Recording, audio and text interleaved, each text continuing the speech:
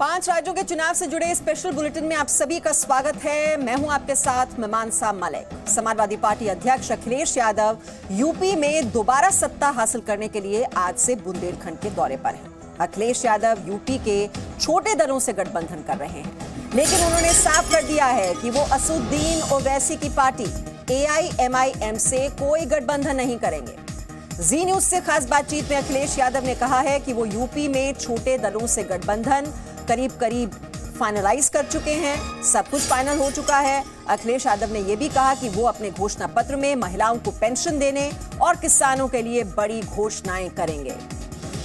देखिए जी न्यूज संवाददाता विशाल पांडे की अखिलेश यादव से एक्सक्लूसिव बातचीत। समाजवादी पार्टी के अध्यक्ष अखिलेश यादव बुंदेलखंड में रथ यात्रा निकाल रहे हैं। 1 दिसंबर से 3 दिसंबर तक 3 दिनों तक ये पूरी रथ यात्रा है। अखिलेश यादव हमारे साथ है। अखिलेश जी, 3 दिनों की रथ यात्रा बुंदेलखंड में, महोबा के उसी मैदान में आप रैली कर रहे हैं जहां प्रधानमंत्री मोदी ने की थी। क्या माहौल लग रहा है आपको? ये बुंदेलखंड की जनता की पुकार है कि नहीं चाहिए भाजपा। बुंदेलखंड की जनता सफाया चाहती है। बुंदेलखंड की जनता ने सभी विधायक, सभी लोकसभा के सांसद जिताए और जिस समय जनता के लिए काम होना था डबल इंजन की सरकार को, बुंदेलखंड आते आते डबल इंजन सरकार के इंजन फेल हो गए। यहाँ का किसान आत्महत्या कर रहा है, मजदूर को काम नहीं, नौजवान को नौकरी रोजगार नहीं। ये बुंदेलखंड ने तय किया है कि इस बार भारतीय जनता पार्टी को शून्य कर देंगे हम। अखिलेश जी, बुंदेलखंड में किसानों का एक बड़ा मुद्दा रहता है और किसानों के जो कर्ज है उसका भी मुद्दा इस चुनाव में उठ रहा है। अगर आपकी सरकार आती है, क्या किसानों का कर्ज माफ करने का फैसला करेंगे? समाजवादी सरकार बनने पर घरों तक पानी, पीने की प्यास बुझाने का काम, साथ ही साथ कोशिश की जाएगी और लगातार योजनाएं बनाएंगी जिससे किसान यहाँ की 2 फसल ले ले। आज जब सरसों का तेल महंगा है, समाजवादी सरकार बनने पर बुंदेलखंड में विशेष योजना चला करके, उद्योग लगा करके, कारोबार बढ़ा करके सरकार की कोई न कोई कड़वा तेल की फैक्ट्री, कारखाना लगा करके न केवल बुंदेलखंड के किसानों को राहत देंगे बल्कि सरसों का तेल भी सस्ता हो जाए बाजार में, वो इंतजाम समाजवादी लोग करेंगे। चुनाव आयोग से आप लोग बड़ी चिट्ठियां लिख रहे हैं, मतदाता सूची को लेकर सवाल खड़े कर रहे हैं, क्या पूरा मामला है? चुनाव आयोग ने हालांकि 5 दिसंबर तक तारीख बढ़ा दी है, पर आपकी शिकायत क्या है? चुनाव आयोग से ये बात शिकायत की गई थी समाजवादी पार्टी की तरफ से कि समय बढ़ाया जाए। मुझे खुशी है इस बात का कि समय बढ़ाया गया।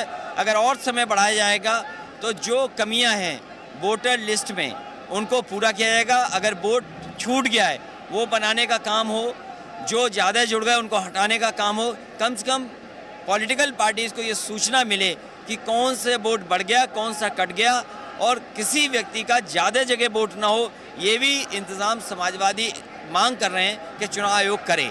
अखिलेश जी, आपने एक बयान दिया था कांग्रेस और बीजेपी एक है। आज ममता बनर्जी और शरद पवार ये कह रहे हैं कि यूपीए अब बचा नहीं है, कहीं है नहीं, क्षेत्रीय दलों को एक साथ आना चाहिए। तो क्या अब मुख्य विपक्ष के तौर पर कांग्रेस खत्म हो चुकी है? आपको ऐसा लगता है? ये प्रयास लगातार राजनीति में हो रहा है और इधर देखने को मिला है देश में जितनी भी रीजनल पार्टीज हैं उनकी हैसियत है, उनकी सरकारें हैं और अगर रीजनल पार्टीज आकर के इस फेडरल सिस्टम को बेहतर करें और फेडरल सिस्टम कैसे और अच्छा हो और कम से कम केंद्र सरकार के सामने चुनौती तैयार करें तो शायद ये होना चाहिए। ये कांग्रेस से अलग होना चाहिए।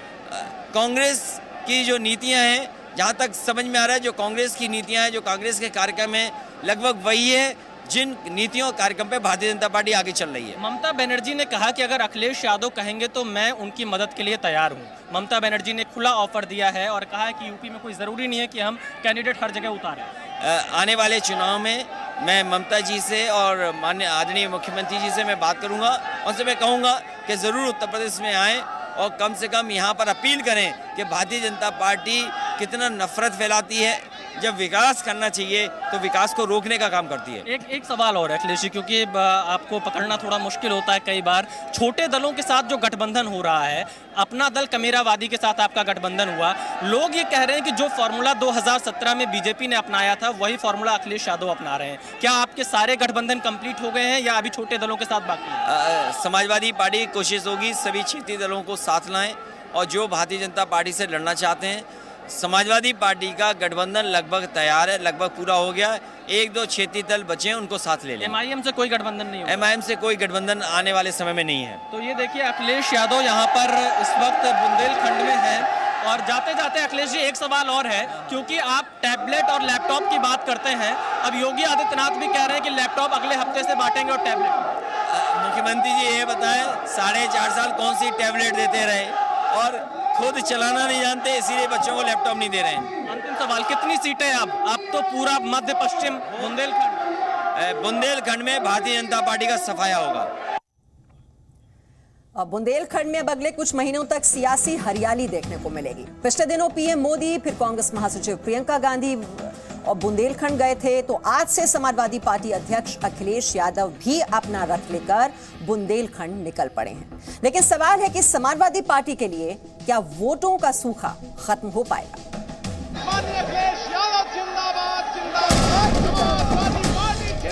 ये आपको योगी सरकार चाहिए या योगी सरकार चाहिए? बताओ, बाहर का रास्ता दिखाओगे कि नहीं दिखाओगे? बुंदेलखंड में अखिलेश की विजय यात्रा, रथ यात्रा से खत्म होगा सीटों का सूखा।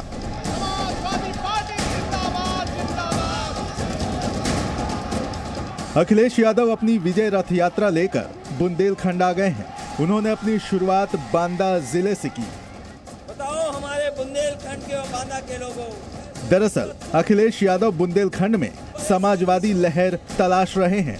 मध्य यूपी और पूर्वांचल में शक्ति प्रदर्शन के बाद अखिलेश यादव बुंदेलखंड में अपनी ताकत दिखाने की कोशिश कर रहे हैं। भारतीय जनता पार्टी का यहाँ से सफाया होगा। अगर हम बुंदेलखंड की बात करें तो यहाँ पर 19 विधानसभा सीटें हैं। 2017 के विधानसभा चुनाव में यहाँ पर समाजवादी पार्टी का खाता नहीं खुला था। बुंदेलखंड में बीजेपी ने पूरी तरह से क्लीन स्वीप किया था और इस बार समाजवादी पार्टी बुंदेलखंड में ताकत लगा रही है। प्रधानमंत्री मोदी भी 19 नवंबर को बुंदेलखंड के दौरे पर आए थे, महोबा और झांसी में, जहां पर पीएम मोदी ने जनसभा को भी संबोधित किया था और कई बड़ी परियोजनाओं का उद्घाटन भी किया था। अब उसी महोबा में अखिलेश यादव भी पहुंचे हैं और झांसी भी जाएंगे। अब देखना ये होगा कि वीर बुंदेलों की इस धरती बुंदेलखंड से 2022 के चुनाव में कौन बाजी मारता है। समाजवादी विजय रथ यात्रा में समाजवादी पार्टी कार्यकर्ताओं की भीड़ थी। अखिलेश यादव ने जनसभा के मंच पर माइक संभालते ही योगी सरकार को निशाना बनाया। झूठ बोलने वाले हैं, बीजेपी के लोगों ने बहुत झूठे सपने दिखाए आपको। ये झूठ के फूल हैं, इनके फूल में खुशबू नहीं आती। ये झूठ के फूल में खुशबू नहीं आती। इनकी बातें झूठी हैं कि नहीं हैं? ये दमदार सरकार वाले नहीं हैं, ये दमदार झूठ बोलने वाले हैं। और 4.5 साल तक बताएं भारतीय जनता पार्टी। अखिलेश यादव चुनाव तारीखों के ऐलान से पहले बुंदेलखंड में समाजवादी वोटों को मजबूत करने की कोशिश में लगे हुए हैं, लेकिन पिछले चुनाव के आंकड़े समाजवादी पार्टी के लिए अच्छे नहीं रहे हैं। बताओ, साइकिल की रफ्तार बढ़ाओगे कि नहीं बढ़ाओगे? बुंदेलखंड के 7 जिलों में विधानसभा की 19 सीटें हैं। 2002 से लेकर 2012 तक 19 सीटों में से समाजवादी पार्टी कभी डबल डिजिट में भी नहीं पहुंच पाई। 2012 के चुनाव में जब समाजवादी पार्टी को बहुमत मिला था, तब भी उसके पास सिर्फ 4 सीटें ही थी। 2017 विधानसभा चुनाव के लिए अखिलेश ने कांग्रेस से हाथ मिलाया। गठबंधन के कारण वो सिर्फ 10 सीटों पर ही चुनाव लड़ी थी, लेकिन एक भी सीट नहीं मिली और ना ही कांग्रेस को ही कोई भी सीट मिली। सभी 19 सीटों पर बीजेपी की जीत हुई थी। समाजवादियों की सरकार लाइए। यानी कुल मिलाकर समाजवादी पार्टी के लिए बुंदेलखंड में सीटों का सूखा रहा है। अब सवाल है कि क्या इस रथ यात्रा के जरिए अखिलेश यादव 2022 में सीटों का सूखा खत्म कर पाएंगे?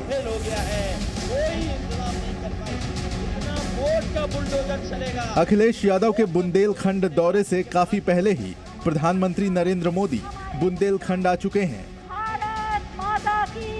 उससे पहले कांग्रेस महासचिव प्रियंका गांधी भी बुंदेलखंड आ चुकी हैं।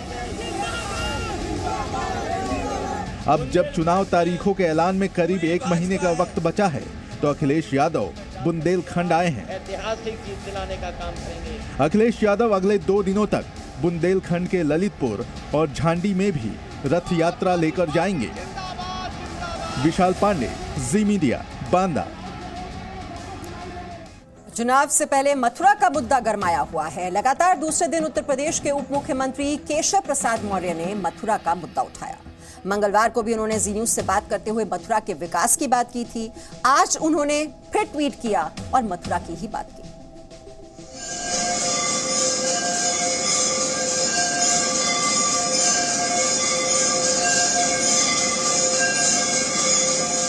अयोध्या और काशी के बाद अब बीजेपी उत्तर प्रदेश चुनाव में मथुरा को मुद्दा बनाने की कोशिश में है।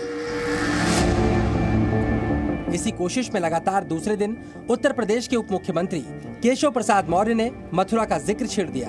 केशव प्रसाद मौर्य ने ट्वीट किया, अयोध्या काशी भव्य मंदिर निर्माण जारी है, मथुरा की तैयारी है, जय श्री राम, जय शिव शंभू, जय श्री राधे कृष्ण। इस ट्वीट से एक दिन पहले ही केशव प्रसाद मौर्य ने जी न्यूज से कहा था कि अब अयोध्या काशी के बाद मथुरा की बारी है। कि अयोध्या हुई हमारी 6 दिसंबर के बाद, अब काशी मथुरा की बारी, तो काशी भी और अयोध्या भी हमारी, अब कृष्ण जन्मभूमि की बारी है। तो यह सारे काम माननीय प्रधानमंत्री श्री नरेंद्र मोदी जी के नेतृत्व में सरकार बनने और जनता के आशीर्वाद के प्रताप से हो रहा है। केशव प्रसाद मौर्य के बाद राजस्थान के अलवर से बीजेपी सांसद बाबा बालकनाथ ने भी मथुरा में कानूनी तरीके से विवादित जगह पर श्री कृष्ण के भव्य मंदिर निर्माण की मांग की है। जिस प्रकार का संघर्ष हमने राम मंदिर के लिए किया है, जिस प्रकार की न्यायपालिका की प्रक्रियाओं को हमने अपनाया है, ठीक उसी प्रकार से हम मथुरा के लिए भी अपनाएंगे। और हमारी सच्चाई है और हमारी सच्चाई की जीत हो और जीत होगी। पे लोग चाहते हैं कि वहाँ भगवान श्री कृष्ण का मंदिर बने और ये बार बार समय समय पर बाहर लोगों के मन की बात है वो आती रहती है। इसमें कोई चुनाव से जोड़कर देखने की कोई अलग बात नहीं है, ये हमारा संकल्प है। मथुरा पर बीजेपी नेताओं के बयान को विपक्षी दल राजनीतिक चश्मे से देख रहे हैं। पहले तो अयोध्या और काशी की बात हो रही, तब तो कह रहे हैं मथुरा में भव्य मंदिर बनाएंगे। तो क्या किया अयोध्या में इन्होंने, आप मुझे बताइए। मैंने सारे कागजात दिए, आज तक कोई जेल गया, कोई जांच हुई? 2 करोड़ की जमीन 18.5 करोड़ में खरीदते हैं ये लोग, चंदा चोर लोग हैं। और इन चंदा चोरों ने प्रभु श्री राम का मंदिर 1.5 साल से ज्यादा का वक्त हो गया, आज तक नींव नहीं भर पाए। आम आदमी पार्टी के सांसद संजय सिंह ने मथुरा के बहाने बीजेपी पर अयोध्या में राम मंदिर के नाम पर भ्रष्टाचार का आरोप लगा दिया। वहीं मुस्लिम धर्मगुरु को भी केशव प्रसाद मौर्य के मथुरा वाले बयान में राजनीति नजर आ रही है।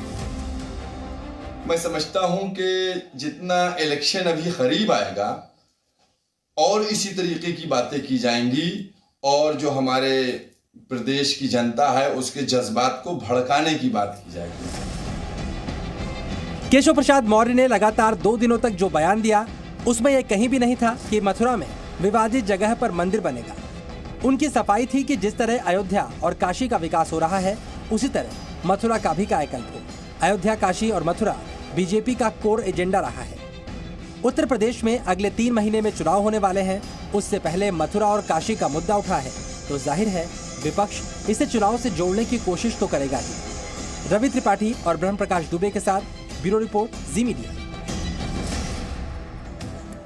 यूपी में विधानसभा चुनाव से पहले टिकट पाने की होड़ भी मची हुई है। समाजवादी पार्टी के एक नेता का वीडियो वायरल हो रहा है जिसमें वो टिकट नहीं मिलने पर जान देने की धमकी दे रहे हैं। कासगंज के मोहम्मद मियां जौहर पटियाली विधानसभा सीट से टिकट मांग रहे हैं।